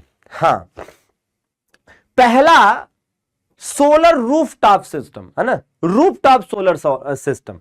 तो अगर आपसे कहा जाए पहला रूफटॉप सोलर सिस्टम, ठीक है, पहला रूफटॉप सोलर सिस्टम, तब आपका आंसर हो जाएगा गांधीनगर, ठीक है भैया। तब क्या आंसर हो जाएगा? गांधीनगर गुजरात, ठीक है भैया। क्या? गांधीनगर गुजरात, ठीक है। तो इसका आंसर गांधीनगर गुजरात हो जाएगा। देखो यहां पर है क्या मामला, हम आपको थोड़ा सा वीके का जीके अंदाज में बताने का प्रयास करते हैं हर बार। वीके का जीके अंदाज का मतलब सिंपल सा है कि किसी भी एक चीज के बारे में बताएं तो उसको थोड़ा सा, है ना, एकदम विस्तृत तरीके से डिस्क्राइब किया जाए ताकि लंबे समय तक चीजें एक दूसरे से लिंक होकर आपके खोपड़िया में बैठ जाए, मतलब खोपड़िया में छप जाए ताकि पेपरवा में फंसे, ठीक। चलो ये रहा अगला सवाल। अब मजा आवे तो लाइक दबा के ठोकते चलेंगे, ठीक है भैया। हाँ बिल्कुल बिल्कुल। देश का पहला समुद्री शैवाल पार्क कहां स्थापित किया गया है? देश का पहला समुद्री शैवाल पार्क आपको बताना है, फटाफट बताइए दोस्तों। आप जानते हैं शैवाल, एल्गी, ठीक है भाई। हाँ फटाफट बताइए। तो देश का पहला समुद्री शैवाल पार्क, क्या बात है भाई भीष्म, अरे वाह क्या बात है भीष्म, आरती, दिलीप, आलोक, लीना, क्या बात है भाई, सुनीता, पूर्णिमा, एकदम भाई शानदार भाई मीना। तो राइट आंसर हो जाएगा दोस्तों, क्या राइट आंसर इसका हो जाएगा? तमिलनाडु। क्या हो जाएगा? तमिलनाडु। बिल्कुल आप जवाब देने का प्रयास कर रहे हैं, ये भी अपने आप में शानदार बात है भाई, ठीक है भाई। चलिए अब देखिएगा दोस्तों, आपको बता दें कि पहला शैवाल पार्क समुद्री शैवाल पार्क है ना। और दूसरी बात आप देखेंगे कि तमिलनाडु में भारत का पहला डुगोंग संरक्षण केंद्र भी बन रहा है। भारत का पहला डुगोंग संरक्षण केंद्र दोस्तों, जी हाँ, डुगोंग संरक्षण मतलब डुगोंग कंजर्वेशन रिजर्व। अब आप सोचेंगे डुगोंग क्या होता है? अरे डुगोंग समुद्री गाय होती है, समुद्री गाय भी इसे कहा जाता है, ठीक है, शाकाहारी होती है। और तमिलनाडु में ही बनने जा रहा है भारत का पहला ऊर्जा द्वीप। जी हाँ, भारत का पहला ऊर्जा द्वीप यहीं पर बनने जा रहा है डेनमार्क की मदद से। अच्छा दुनिया के, है ना, एक बात समझिए कि तमिलनाडु में पहला ऊर्जा द्वीप डेनमार्क की मदद से बनेगा। क्यों? क्योंकि पूरी दुनिया में, है ना, पूरी दुनिया की बात करें, वर्ल्ड में पहला ऊर्जा द्वीप कहां बन रहा है? यहीं बन रहा है, डेनमार्क में। समझ रहे हैं? तो दुनिया में पहला ऊर्जा द्वीप कहां बन रहा है? डेनमार्क में बन रहा है। और भारत में जो पहला बन रहा है तमिलनाडु में, उसमें डेनमार्क मदद कर रहा है। समझ गया लल्ला? चलो अगले क्वेश्चन की तरफ चले भाई। हाँ, मयिलादुथुरई, एकदम सही कहा भाई शुभम। तमिलनाडु का एक नया जिला, तमिलनाडु का। अच्छा, तमिलनाडु के बारे में एक चीज और आपको बताएंगे कि चलो ठीक है, मयिलादुथुरई जो है, ठीक है, नया जिला है, एकदम लेटेस्ट, मतलब यहां पर लेटेस्ट जो डिस्ट्रिक्ट बना है वो यही है। लेकिन एक चीज है, सर्वाधिक रामसर साइट अब कहां हो गई है? तो याद रखिएगा, सर्वाधिक रामसर साइट अब यहीं पर हो गई है, सर्वाधिक रामसर साइट। तो इसको भी याद रखिएगा, सर्वाधिक रामसर साइट आजकल कहां हो गई है? तमिलनाडु में। ठीक है भैया, इसको भी याद रखिएगा। चलिए हाँ भाई, अगला क्वेश्चन देखा जाए भैया। आलोक, अंतरराष्ट्रीय सौर गठबंधन का 105वां सदस्य बताइए। पूरी जानकारी लीजिएगा दोस्तों। सबसे पहली चीज तो आपको बता दें कि जो अंतरराष्ट्रीय सौर गठबंधन है, इसकी स्थापना वर्ष 2015 में हुई थी। कहां पर हुई थी स्थापना? पेरिस में स्थापना। कहां पर? पेरिस में। किसके प्रयासों से स्थापना हुई थी? तो इसमें प्रयास जो थे वो इंडिया और फ्रांस के संयुक्त रूप से प्रयास थे। इंडिया और फ्रांस, इन दोनों देशों के संयुक्त प्रयास से इसकी स्थापना हो पाई थी, है ना। इन दोनों के संयुक्त प्रयास से स्थापना हो पाई थी। अब इसका हेड ऑफिस आप जानते हैं कि इंडिया के गुरुग्राम में है। ठीक है, इंडिया के गुरुग्राम में अजय माथुर अध्यक्ष है। इसका 105वां कौन बताएगा? ओ भाई, क्या बात है भाई, अर्चना जी का आंसर एकदम सही आया है, एकदम जबरदस्त, शानदार। तो राइट आंसर क्या है? नेपाल। बिल्कुल बिल्कुल, बाकी बहुत सारे लोगों ने भी आंसर दिया है। बिपिन, बबलू, शानदार भाई, बिल्कुल भाई आलोक। ठीक, चलिए। अच्छा दोस्तों, बाकी जो सौर गठबंधन है, इसको याद रखिएगा कि भाई अगर कभी कभी आपसे 102वां सदस्य भी पूछ सकता है, थोड़ा इंपॉर्टेंट है, एंटीगुआ एंड बरबूडा। एंटीगुआ एंड बरबूडा, तो ये भी पूछ सकता है आपसे। और इसके साथ साथ एक और जरा ध्यान दीजिएगा, क्या कि अमेरिका 101वां सदस्य है, क्योंकि अमेरिका बड़ा देश है, विकसित देश है, तो उसका थोड़ा ज्यादा पूछ सकता है। ठीक है भाई, चलिए आगे पूछा जाए। हाल ही में किस देश के प्रधानमंत्री शेर बहादुर देउबा, ओ भाई देखो अभी हम नेपाल की बात कर रहे थे और नेपाल फिर आ गया। तो शेर बहादुर देउबा कहां के प्रधानमंत्री हैं? नेपाल के हैं। अच्छा, नेपाल की राजधानी दोस्तों काठमांडू किस नदी के किनारे है? कौन बताएगा? नेपाल की राजधानी जो काठमांडू किस नदी के किनारे है? यहां पर सार्क का हेड ऑफिस भी है, सार्क का हेड ऑफिस भी है। जी हाँ दोस्तों, यहां पर पशुपतिनाथ मंदिर भी है। क्या है? पशुपतिनाथ मंदिर भी है। यह भी क्वेश्चन पूछा जाता है कई बार। किस नदी के किनारे है? कोई बताएगा? बागमती नदी किनारे। जी हाँ दोस्तों, बागमती नदी के किनारे है। ठीक, एकदम बिल्कुल, गंडक नहीं, बागमती। ठीक है, इसको भी याद रखिएगा। बिल्कुल भाई मीरा जी। चलिए अगला सवाल, निम्नलिखित में से कौन सा कथन गलत है ये बताना है। निम्नलिखित में से कौन सा कथन गलत है ये बताना है, फटाफट बताइए भैया। पुणे में प्रधानमंत्री जी ने मूलाथुला, जी हाँ, पुणे में प्रधानमंत्री जी ने मूलाथुला नदी परियोजना के कायाकल्प की आधारशिला रखी। पुणे में शिवाजी की 9.5 फीट ऊंची प्रतिमा का अनावरण हुआ। तो उपयुक्त दोनों सत्य है या उपयुक्त दोनों असत्य है? बताइए भाई, फटाफट बताना एकदम जबरदस्त तरीके से। और एकदम मुझे पता है मैक्सिमम लोगों का आंसर गलत आने वाला है, इसलिए सोच समझ के आंसर देना। अच्छा, अब देखो, देखिए ये जो पहली बात लिखी है एकदम सही लिखी है, जो दूसरी बात लिखी है ये भी सही लिखी है, और ये लिखा है कि उपयुक्त दोनों सत्य है, तो ये भी सही लिखा है। लेकिन यहां पूछा क्या है? क्या बात है, एकदम किसने पकड़ा है? हाँ भैया, हरिओम पकड़ लिया एकदम भाई, रुस्तम पकड़ लिया। अब सबने पकड़ लिया धीरे धीरे, क्योंकि क्वेश्चन पूछा है कि इनमें से कौन सा कथन गलत है, तो गलत ये वाला है। ठीक है, बाकी तो तीनों सही है, समझ रहे? हाँ, तो सोच लो, ये क्वेश्चन जानबूझकर ऐसा बनाया गया। ठीक है, तो फिलहाल याद रखिएगा, बहुत जबरदस्त क्वेश्चन है और लंबे समय तक आपके दिमाग में रहना चाहिए।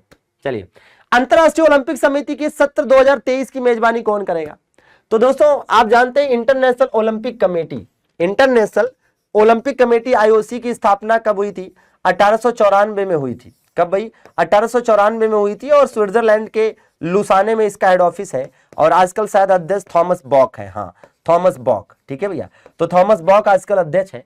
ठीक है, 2023 में इंटरनेशनल ओलंपिक कमेटी की बैठक जो है वो मुंबई में होने जा रही।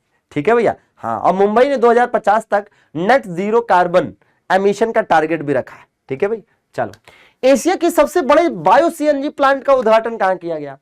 तो दोस्तों एशिया का सबसे बड़ा बायो सीएनजी प्लांट का उद्घाटन अब भैया इंदौर में किया गया है। कहां पर? इंदौर में दोस्तों। और आपको बता दें कि इंदौर भारत का पहला वाटर प्लस सिटी है, भारत का पहला वाटर प्लस सिटी है। और इसके अलावा आप जानते हैं कि यह भारत का सबसे स्वच्छ शहर भी है और 1-2 सालों से नहीं, कई सालों से यह भारत का सबसे स्वच्छ शहर बना हुआ है कि नहीं दोस्तों? तो ये भी है।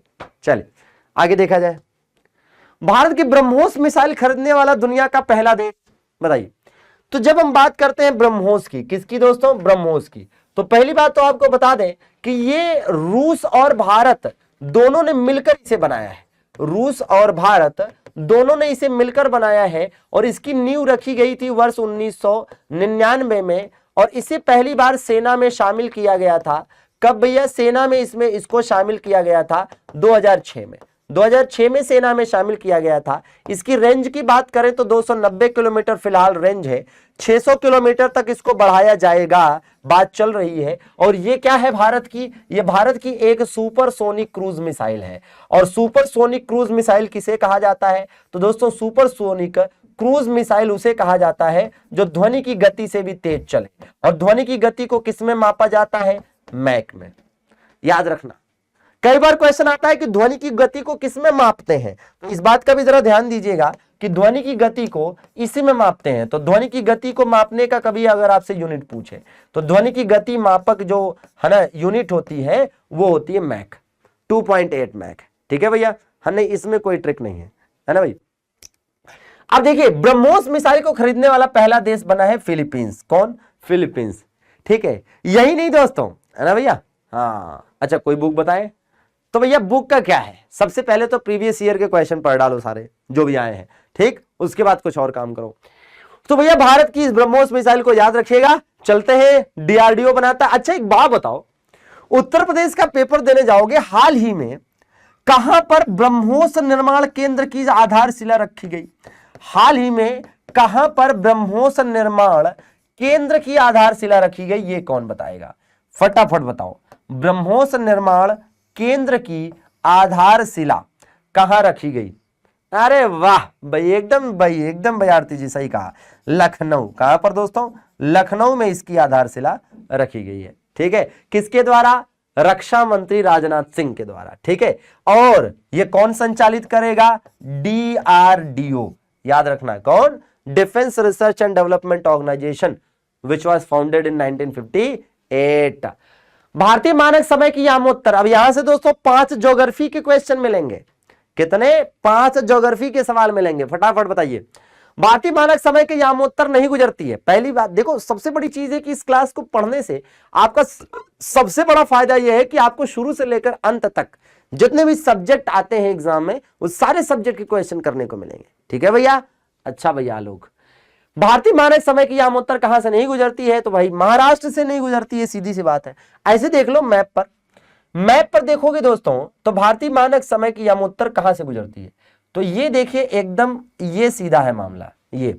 ठीक है, और आप देख सकते हैं कि एक तो यूपी से गुजरी, दूसरा हल्का सा मध्य प्रदेश से गुजरी, तीसरा हल्का सा छत्तीसगढ़ से, चौथा हल्का सा उड़ीसा से और हल्का सा आंध्र प्रदेश से। समझ रहे हैं? तो कुल मिलाकर कितने राज्यों से गुजरती है? 5 राज्यों से गुजरती है। और यह है कि अब किस पर? 82.5 डिग्री पूर्वी देशांतर रेखा। और अंतरराष्ट्रीय मानक समय जो है, इंटरनेशनल जो स्टैंडर्ड टाइम है, ये इसको जीएसटी वो कहते हैं ग्रीनविच मीन टाइम। तो जो ग्रीनविच मीन टाइम है वो 0 डिग्री पर स्थित है ना। यहां से कितना आगे है भारत का मानक समय? तो 5.5 घंटे आगे है। ठीक है भैया, 5.5 घंटे प्लस। ठीक, इसको भी याद रखेंगे। ठीक है भाई, चलिए आगे बढ़ा जाए। निम्नलिखित में से कौन सा भारतीय राज्य कर्क रेखा के उत्तर में स्थित है? ये बताइए भाई। हाँ भाई लल्ला लल्ला बन गया लेखपाल। क्या बात है? ओ भाई लल्ला लेखपाल कब बन गया? बन गया लेखपाल फटाफट बताओ दोस्तों, एकदम फटाफट बताइए, एकदम जबरदस्त क्वेश्चन है। तो देखो भैया, इसके लिए आपको क्या करना पड़ेगा? पहले तो आपको है ना मैप के माध्यम से समझना पड़ेगा। तो देखिए भाई, जो कर्क रेखा है वो ये है दोस्तों। क्या ये है? कर्क रेखा। क्या है ये? यह कर्क रेखा, ठीक है। तो आप देखेंगे ये गुजरात से भाई गुजर रही है, ये गुजरात है, राजस्थान से भी गुजर रही है ये, ठीक है, मध्य प्रदेश से भी गुजर रही है, और इसके बाद इधर छत्तीसगढ़ से भी गुजरता है, झारखंड से भी, वेस्ट बंगाल से भी, और इधर त्रिपुरा से भी, ठीक है, और इधर मिजोरम से भी, ठीक है। अब इसके उत्तर में, अब उत्तर में पूछ रहा है, उत्तर का मतलब ऊपर, उत्तर में तो भैया मणिपुर होगा, ठीक है। कैसे मणिपुर होगा, आइए दिखाते हैं।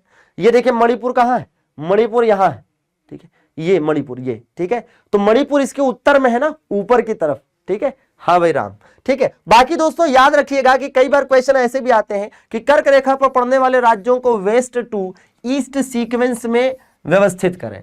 और भाई सबसे ज्यादा कर्क रेखा की जो लंबाई है वो कहां पर है, तो सबसे ज्यादा कर्क रेखा की लंबाई जो है, ठीक है, वो आपको मिल जाएगी मध्य प्रदेश में, और सबसे कम अर्थात शॉर्टेस्ट मिल जाएगी मध्य प्रदेश में, ठीक है, सॉरी राजस्थान में। चलिए अब बताइए भाई। हाँ बढ़िया सवाल है, ओ भाई क्या बात है, एकदम शानदार। देखिए यहां पर एक दिखाया गया है क्या, एक ये पर्वतमाला दिखाई गई है, एक ये दिखाई गई है, एक ये दिखाई गई है, और एक ये दिखाई गई है, और आपको बताना है कि ये कौन सी है, सीक्वेंस है। तो दोस्तों सबसे ऊपर है काराकोरम, उसके नीचे है लद्दाख, उसके नीचे है जास्कर, और उसके नीचे है पीर पंजाल, ठीक है भैया। हाँ ठीक है ना। हाँ तो इसको आप ऐसे भी याद कर सकते हैं कि कल जपो, कल जपो, ठीक है, या काली जपो, क्या जपो, काली जपो, मां काली को जपो, ठीक है भैया।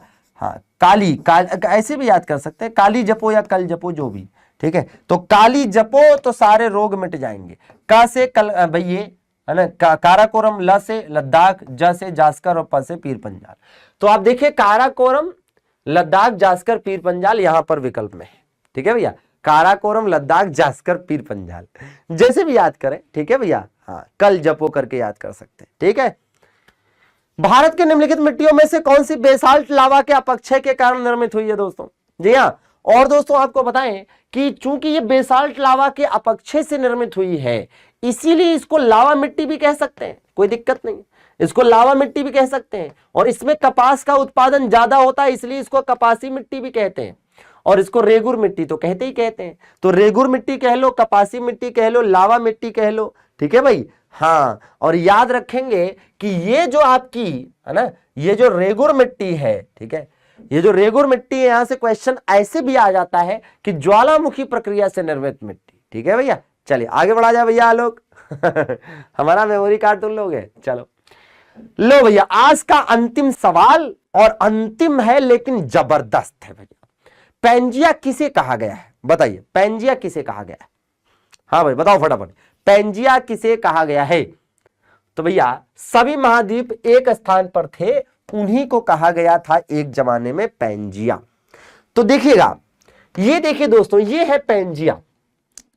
मतलब आज से अरबों वर्ष पहले, कितने 225 मिलियन साल पहले ये धरती ऐसी थी, ठीक है। मतलब ये 7 महाद्वीप जो आज है वो नहीं थे, ऐसी थी। फिर क्या हुआ, फिर इसमें क्या हुआ, विभाजन हो गया, 2 हिस्सों में टूट गई। और जब ये 2 हिस्सों में टूटी, जब ये 2 हिस्सों में टूटी तो एक बन गया ऊपर वाला, जिसको हम क्या कहते हैं, इसको कहते हैं लॉरेशिया, लॉरेशिया कहते हैं, या इसको हम और क्या कह सकते हैं, इसी को कह सकते हैं अंगारा लैंड। क्या कह सकते हैं, अंगारा लैंड। दूसरा नीचे वाला ये वाला हिस्सा बना, जिसको क्या कहा जाता है, जिसको कहा जाता है गोंडवाना लैंड। क्या कहा जाता है, गोंडवाना लैंड, ठीक है भैया। हाँ भाई लल्ला। अब देखो क्या है, ये जब लॉरेशिया टूटा, ये ऊपर वाला जब टूटा ना, तो एक बना नॉर्थ अमेरिका, एक बना यूरोप, और एक बना एशिया। समझ रहे हो, जब लॉरेशिया टूटा मतलब ऊपर का जो नॉर्थ अमेरिका, यूरोप और एशिया है, लॉरेशिया या अंगारा लैंड का हिस्सा है, ठीक है भाई। और नीचे जो साउथ अमेरिका है, अफ्रीका है, और साउथ इंडिया है, और ऑस्ट्रेलिया है, और अंटार्कटिका है, ये किसका हिस्सा है, ये गोंडवाना लैंड का हिस्सा है। समझ गए भैया। हाँ ठीक है।